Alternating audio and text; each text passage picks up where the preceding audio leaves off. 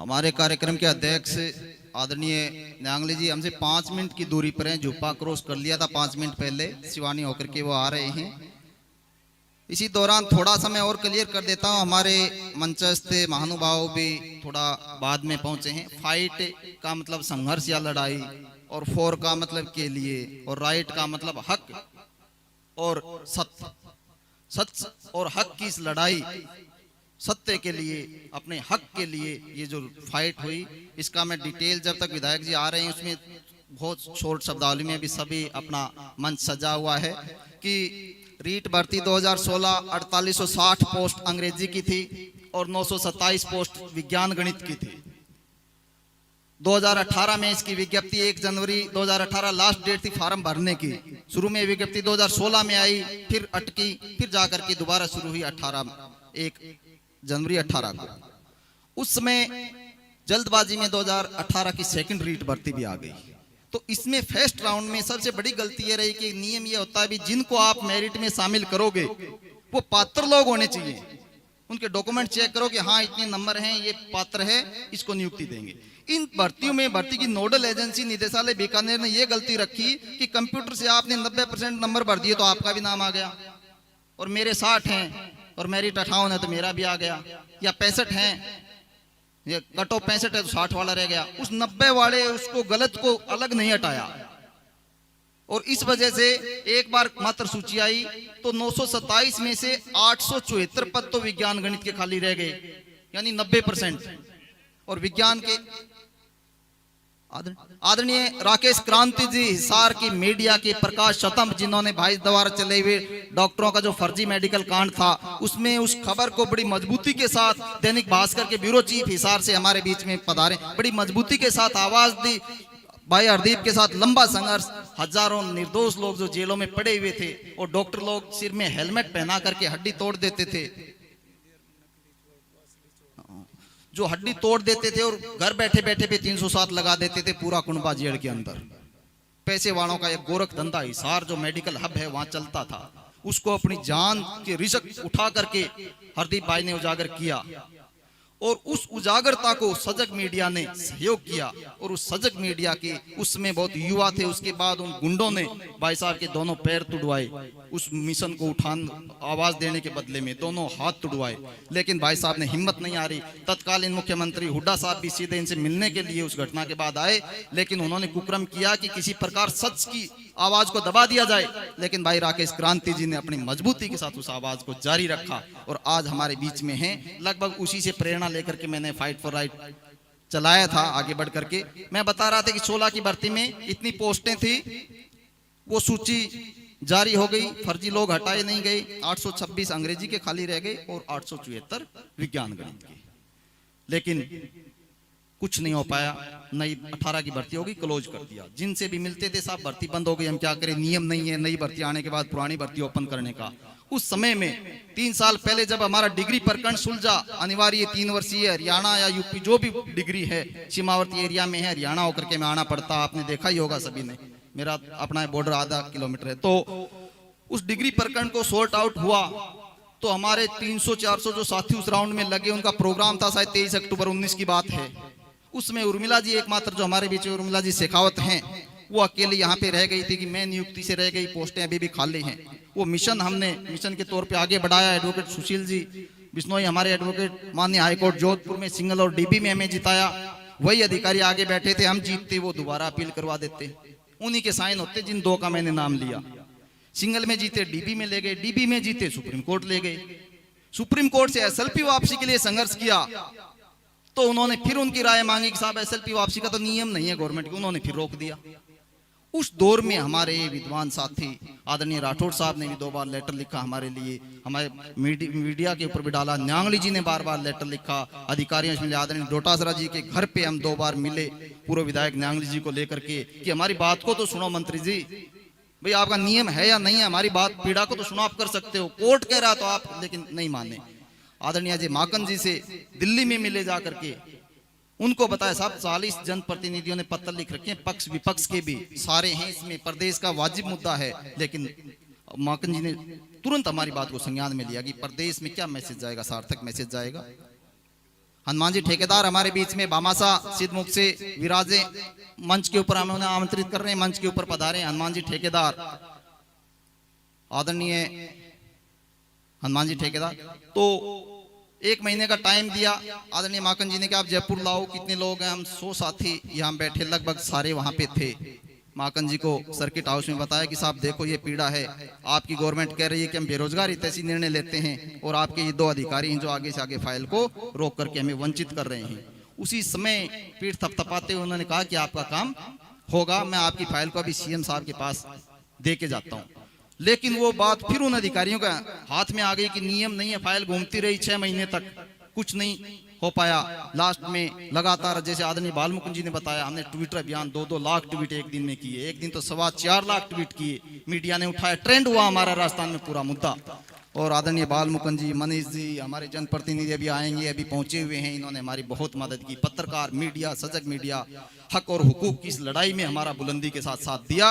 और 16 जून 2021 का वो दिन आया जब रात को 8:15 बजे के आसपास आदरणीय सीएम साहब ने ट्वीट किया कि इतिहास में पहली बार राजस्थान गवर्नमेंट सुप्रीम कोर्ट में दायर की हुई एसएलपी को वापस ले रही है और इससे इतने बेरोजगारों को रोजगार मिलेगा।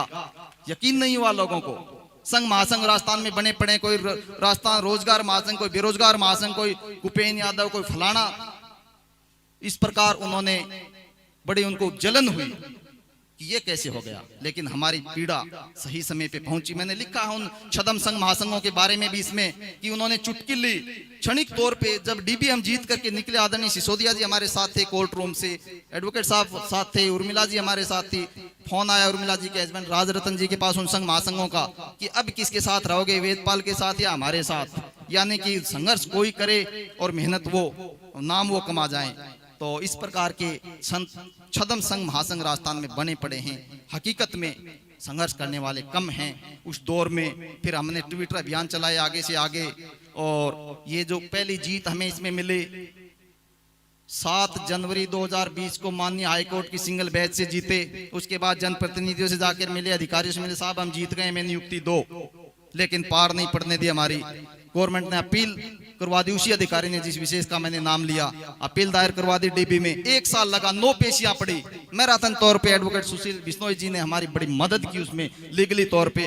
32 मिनट तक डीबी की हियरिंग चली कोर्ट रूम में। आदरणीय सिसोदिया जी भी मौजूद थे और बार बार हम मुट्ठी कभी बीच रहे थे, कभी छोड़ रहे थे कि अब की बार शायद जज साहब यूं कर देंगे।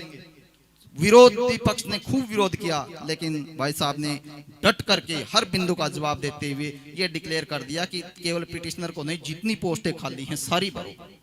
और डीबी में हम जीते ठीक 1 साल बाद 7 जनवरी 2020 को। उसके बाद फिर हम जनप्रतिनिधि आदरणीय राठौड़ साहब से मिले, उपनेता प्रतिपक्ष जयपुर में। उन्होंने भी तुरंत लेटर लिखा कि बिल्कुल आपकी मांग वाजिब है, औरों को भी आप दो, ये प्रदेश लेवल का मुद्दा है। अभिनेश महर्षि जी ने विधानसभा में 5 मार्च 2020 को 5 मिनट तक इस मुद्दे को उठाया। क्षमा चाहता हूं कि आदरणीय महर्षि जी हमारे बीच में पहुंच नहीं पाए। इसके अलावा कॉमरेड बलवान पूनिया ने इस मुद्दे को उठाया, 2 मिनट तक वो विधानसभा में बोले। आदरणीय राठौड़ साहब ने इस मुद्दे को उठाया। इसके अलावा बेनीवाल साहब ने भी, नारायण बेनीवाल जी ने भी एक बार इस मुद्दे को उठाया। जो जनप्रतिनिधि थे, जहां तक हमें फख्र है कि हमने अपनी बात को जनप्रतिनिधियों तक पहुंचाया डंके की चोट पे, बगैर पार्टीबाजी के, तो उसमें हम सफल रहे। और फिर अभियान चला कि सुप्रीम कोर्ट में एसएलपी ना जाए। आदरणीय न्यांगली जी सीकर जाकर के मिले हमारे साथ, डोटासरा जी से रिक्वेस्ट की कि आप इसमें अपील मत भेजो, सुप्रीम कोर्ट एसएलपी मत भेजो, कोर्ट ने सही बिंदु लिखे, इसका परीक्षण करवा दो। उस समय सरकार का इतना होल्ड नहीं था अधिकारियों के ऊपर, तो कहा कि हमने सीएम साहब से बोल रखा है कि अधिकारियों को थोड़ा कंट्रोल करो और हमारी बात को सुन ले, लेकिन मान नहीं रहे हमारे। स्पष्ट बोले, दिल के इतने साफ इंसान के हमें उसमें स्पष्ट बोला। आदरणीय बालमुकुंद जी भी हमारे साथ थे उस हमारी मीटिंग को तय करवाने में कि हमारी पार नहीं पड़ रही है, अधिकारी मान नहीं रहे हैं, आप अपनी तैयारी रखना एसएलपी की। अधिकारियों ने एसएलपी लिख दी है, फिर भी 1% में ट्राई करूंगा। पार नहीं पड़ी वहां पे भी। फिर एसएलपी दायर हुई। आदरणीय समर विजय सिंह जी हमारे एडवोकेट साहब ने केवेट ऑलरेडी लगाई हुई थी, और पैरवी के लिए 20 अगस्त का दिन था, शायद मेरे ठीक ध्यान में है, तो 2020 का पैरवी की हमने मजबूती से। लेकिन क्योंकि हमने माननीय हाईकोर्ट में कंटेम्प्ट लगाई हुई थी, एक लीगल बिंदु आ जाता है कि आप यदि कंटेम्प्ट हैं तो या तो प्रोसीडिंग कोर्ट आगे सुनेगा तो स्टे करना पड़ेगा उसको, वरना कंटेम्प्ट आपके आदेश की पालना करवा जाएगी। इस वजह से अगली पेशी के लिए स्टे मिला। और उन छदम संघ महासंघ वालों ने चुटकी ली कि बोला कि नरसिम्हन को वकील करते, कपिल सिब्बल को वकील करना चाहिए था। मैंने कहा मेरे मंच की मार्फत कि जिस दिन इस प्रदेश का बेरोजगार कपिल सिब्बल जी को वकील करने लग जाएगा वो बेरोजगार नहीं रहेगा। एक 10-10 लाख रुपए एक पैसे का देने लग जाएगा एक बेरोजगार, वो बेरोजगार नहीं रहेगा। ये बेरोजगार हैं, इनके पास 2-2, 4-4 हजार रुपए का सहयोग है, वो दे सकते हैं, वो भी कंबाइन है। लेकिन हम आभारी हैं आदरणीय समर विजय सिंह जी का, हमें कभी भी फीस के लिए ये नहीं कहा कि मैं इतने, ठीक है आपका मिशन है, मैं निस्वार्थ भाव से आपकी सेवा करूंगा, जितना होगा आपको लड़ूंगा। एडवोकेट साहब भी हमारे साथ में थे उस दौरान। इसी दौरान जब हमें क्षणिक स्टे मिला तो उसके बदले में एक रिजवाइंडर तैयार करना पड़ा। एक एक बिंदु से माहिर हमारे एडवोकेट सुशील जी वहां पे थे। 13 पेज का हमने रिजवाइंडर पेश किया।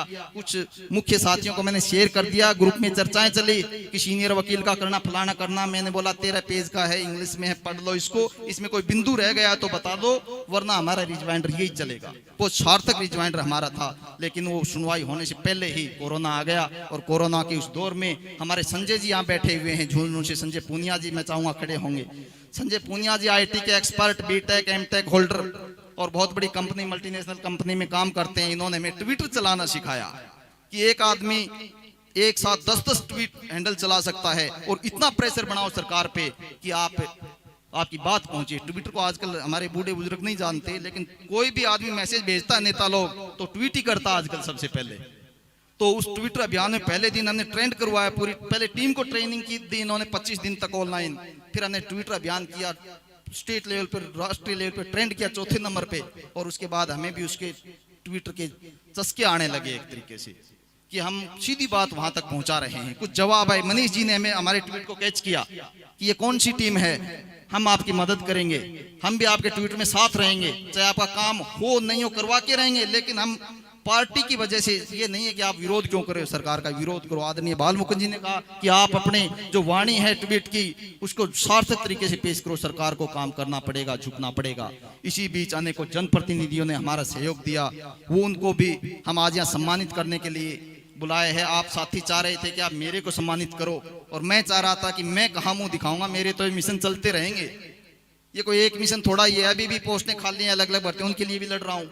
कल इन महानुभावों के पास मैं जाऊंगा तो ये कहेंगे कभी मिठी गोली तो खिलाने नहीं आए आप, अब दूसरा काम सौंप रहे हो हमें। वो सम्मान करो तो सभी उन लोगों का सम्मान करो जिन्होंने इस मिशन में हमारा एक शब्द भी बोला है हमारे लिए। हम उन सब का सम्मान करेंगे, सामूहिक आयोजन करेंगे, प्रदेश लेवल का आयोजन करेंगे, और उस जगह से करेंगे जिस जगह से मेरे को ताकत मिलती है। आप आधी रात को मैसेज डाल देते थे कि फलाने महासंघ वाले ने कह दिया है भर्ती तो बंद हो गई, मैं जवाब देता था आपको कि चिंता मत करो, इतने कमजोर हाथों में लड़ाई नहीं है। एसएलपी गई, आप मेरे से कुछ साथी नाराज से भी हुए कि स्टे क्यों आ गए। मैंने ये कहा था हार मेरी और जीत पूरे मिशन की मानी जाएगी, आप मेरा साथ खड़े रहो, बस हम जीतेंगे इस लड़ाई को, जीते। इसी दौर में आप साथियों की जो शंकाएं थी, जहां भी जाना आप बोलते थे जयपुर हमें बुला लो सर, जोधपुर हमें बुला लो, दिल्ली हमें बुला लो। माकन जी से मिलने मेरे ड्राइवर हैं यहाँ धांगड़ा गांव से, बिजारनिया जी, कृष्ण जी शायद, वो मेरे साथ गए थे। भाई साहब उसमें चुनाव लड़ रहे थे जिला परिषद का, इनका चुनाव छोड़ो, कृष्ण जी हाथ खड़े होंगे, ये अकेले मेरे साथ थे। जब माकन जी के घर पे मैं दिल्ली पहुंचा उसमें, तो इनको भी नहीं ध्यान में था कि काम क्या है, और वो काम वहां से हम करवा के निकले। ब्रह्म यादव जी जो पूरा मैनेजमेंट वहां माकन जी का संभालते हैं, उन्होंने भी हमारी बड़ी ईमानदारी से मदद की, और एसएलपी वापसी के उस अभियान को हमने आगे बढ़ाया। लेकिन दौर ऐसा था, आप कहते थे कि जयपुर आ जाओ, जोधपुर हम आ जाए, सहयोग कर। मैं यही कहता था जब तक मेरे कंधे के ऊपर बैग है मैं अकेला ही ज्यादातर का काम कर दूंगा। कम से कम 300 टाइप की एप्लीकेशन हमें लिखनी पड़ी इस दौर में। भाई ये जनप्रतिनिधि ये लिखे, ये जनप्रतिनिधि ये लिखे, आज सिंगल बैच के हवाले से लिखो, आज डीबी के हवाले से लिखो, आज एसएलपी के हवाले से लिखो। बैग भरा पड़े हैं क्विंटलों वजन, लेकिन हमने अपने स्टैंड पे कायम रहे। आपको कहीं आने जाने में तकलीफ नहीं होने दी, आप यहाँ आओ वहाँ आओ, धरना प्रदर्शन। तो ताजुब की बात है, सम्मानित मंच को मैं कहना चाहता हूँ, एक दिन धरना नहीं दिया हमने कहीं भी, एक दिन। हाँ, जनप्रतिनिधि हम सीधे मिले, उनके घर पे जाकर के मिले, अपनी बात को रखा। किसी ने हमें दुदकारा तो भी हम 2 बात हमारी सुना के आए, ऐसा पीड़ा तो ये है, बाकी आपकी मर्जी है। और मुझे ताजुब है कि राजस्थान के जनप्रतिनिधि इतने संजीदा हैं कि तुरंत हमारी बात को उन्होंने सुना कि बिल्कुल आपका मुद्दा जायज है, आपकी मदद करेंगे। आदरणीय कटारिया जी से भी हमारी मुलाकात हुई इसमें, उन्होंने भी कहा कि बेटे आप लेट हो गए, कि ये प्रश्न लगाने का एक टाइम था, लेकिन अगले सेशन में आपका मुद्दा उठाऊंगा। उस दौरान फिर वो मुद्दा अपना सोल्व हो गया। तो हर जनप्रतिनिधि ने हमारा सहयोग किया। आपको कहीं आने जाने की कहीं तकलीफ मैंने नहीं दी, इसलिए नहीं दी कि ये तकलीफ देना चाहता था जो आज आप यहाँ पे हो। उसमें यदि मैं तकलीफ दे देता तो आप, क्योंकि बुद्धि हर इंसान में, आप भी मेरे को यही कहते कि भाई बतेरे फिर लिए 50 राउंड तो लगवा दिया आपने, 50,000 तो जयपुर के राउंड के लग गए प्रत्येक के, तो अब हम आए या ना आए हमारा तो काम हो गया। लेकिन आपने उस ईमानदारी का आज यहाँ पे तस्दीक की है, उस ईमानदारी को मोहर लगाई है, इसलिए आप यहाँ पे विराजमान हैं। हमारे अध्यक्ष जी पहुंचे, तब तक मैं इसकी ये कहानी को, इस माजरे को बता रहा था ताकि हमारे बाकी जो संबोधन करने वाले अधिकारी संचालक मंच के ऊपर जो विराजमान वो इस बात को समझ सकें थोड़ा सा, ताकि इसके ऊपर पूरी डिटेल में बता सकें। और इसके अलावा mission for fight for right शुरुआत में हमने की थी, मेरे साथ बड़ी ट्रेजेडी हुई थी 9 अप्रैल 2018 को बीकानेर जाते वक्त राजल देसर रतनगढ़ के पास हमारी गाड़ी एक्सीडेंट हो गई। हिसार के वरिष्ठ पत्रकार कुलश्रेष्ठ जी हमारे बीच नहीं रहे उस घटना में, सर जानते हैं इसको, क्रांति जी इस बात को, उनके भाई भी, और उस समय क्रांति जी के अपने जो पत्रकार साथी थे कुलश्रेष्ठ जी के एक बिटिया है उनके, उस समय 12 दिन तक ग्रुप में मातम रहा मेरे मिशन के ग्रुप में। धीरे धीरे कुछ बोलने लगे कि कुछ करेंगे कि आगे क्या होगा। मैंने यही कहा था कि अब करने के लिए कुछ संगठित होना पड़ेगा कि जिस दिन हम दोबारा हो संभालेंगे इस दुर्घटना से, इस ट्रेजेडी से, सदमे से उभरेंगे, तो हम ये प्रण लेकर के आगे बढ़ें कि हमें जीतना है, और जिस दिन जीतें तो उस बिटिया को जरूर हमें सहयोग करना है। पिछले आयोजन में हमने जितनी आर्थिक सहायता हमसे हो सकती थी उस बिटिया की हमने की, आप सब उसके गवाह रहे हो, और उसको सार्थक बनाया, उस मिशन को जीता भी। वो 9 अप्रैल 18 वाली घटना में एक्सीडेंट में 6 पलटे गाड़ी ने खाए और मैं कहीं फूल की भी चोट नहीं आई। तब मैंने प्रण किया था कि दोबारा जिंदगी मिली है, कहीं ना कहीं इसको और यूज करेंगे। इसी बीच में हमारे बीच में कृष्ण जी इसरान शुरू से बैठे हैं, ये 110 दिन तक धरने पे रहे, खड़े होंगे मेरे विद्वान साथी, 110 दिन तक धरने पे रहे। 2013 सेकंड ग्रेड भर्ती के लिए सुप्रीम कोर्ट तक का आदेश था, और मेरे साथी बलवान जी जिलोदा गए हुए थे अपने मैडम के किसी काम के लिए। ये बोले कि वो धरने पे चले गए, क्यों बैठे हुए हो? कृष्ण जी बोले कि ऐसे ऐसे भर्ती रुकी हुई है, 110 दिन हो गए। बोला वेदपाल जी फाइट फॉर राइट से आप संपर्क करो। इनका फोन आया, इन्होंने और डिले कर दी, कोरोना आ गया, तब ये धरने पे मजबूरी में उठे। फिर जुलाई में, मार्च की बजाय इन्होंने जुलाई में मेरे से संपर्क किया। जुलाई में एडवोकेट सुशील जी ने हमारा मजबूती से साथ देते हुए, और हमने डांट फटकार लगवाई प्रिंसिपल सेक्रेटरी को कि आप 15वें दिन पेश हो गए कि क्यों नहीं कर रहे आप इस भर्ती को पूरा, आपका रीजन क्या है? तो वही अफसर जिसका मैं चर्चा कर रहा हूं, उसने एक लाइन लिख दी कि मतलब एक एलआर होते हैं, एलआर की ओपिनियन, जबकि आना था प्रिंसिपल सेक्रेटरी को कोर्ट में कि अभी विचाराधीन है जयपुर कोर्ट में फलाना। जज साहब के सामने पुणे वकील साहब ने प्रेजेंटेशन दी कि साहब आपने प्रिंसिपल सेक्रेटरी को तलब किया है और जवाब एक बाबू लोग दे रहा है आपको।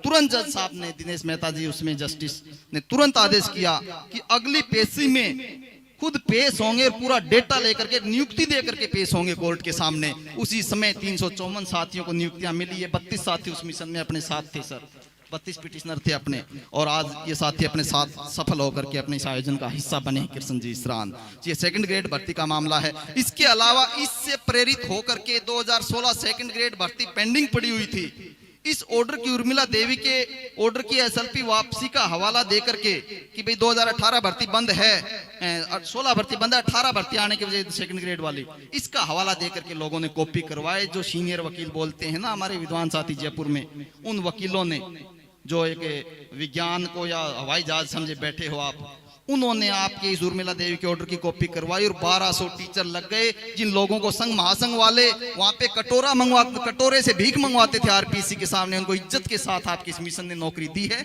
लेकिन वो हमारे संपर्क में नहीं, आपका ऑर्डर जरूर उन्होंने यूज किया है। ये हकीकत बात है।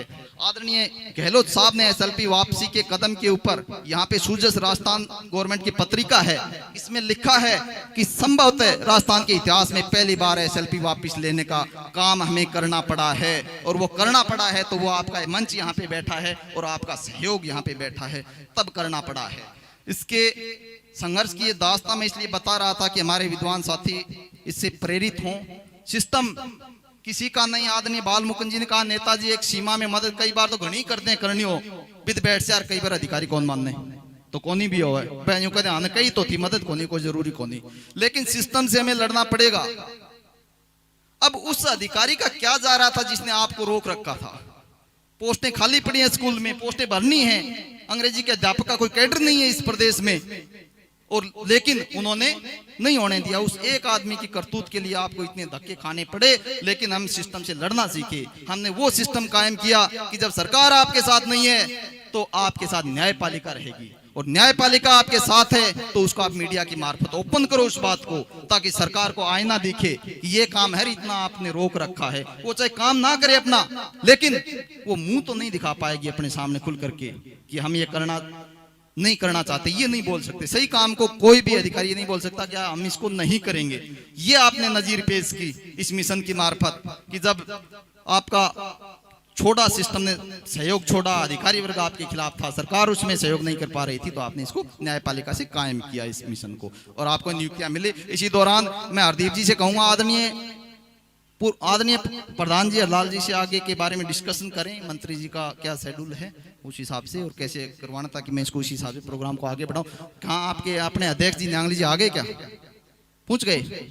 हमारे इस कार्यक्रम के अध्यक्ष पूर्व विधायक, और आप जानते हो कितनी उन्होंने आपकी मदद की, और एक बहुत ही निहायत ईमानदार, संघर्षशील और हमेशा आपके लिए आवाज उठाने वाले हमारे इस मिशन के मुख्य मार्गदर्शक। आपके बुक जब विमोचित होगी उसमें सारी कहानियां आपको देखने को मिले, हमारे बीच में आ रहे हैं। मैं चाह रहा हूं कि तालियों की गड़गड़ाहट के साथ हमारे मनोज न्यांगली जी का स्वागत करें खड़े होकर के। यदि विद्वान साथी सम्मानित करेंगे तो भी एहसान नहीं उतरेगा। बहुत बहुत स्वागत है भी, स्वागत है मनोज न्यांगली जी, स्वागत है भी, स्वागत है। आदरणीय विधायक जी हमारे बीच में पहुंच रहे हैं। अब हमारा जो सम्मान का आप सभी का वो प्रोग्राम हम आगे बढ़ाएंगे।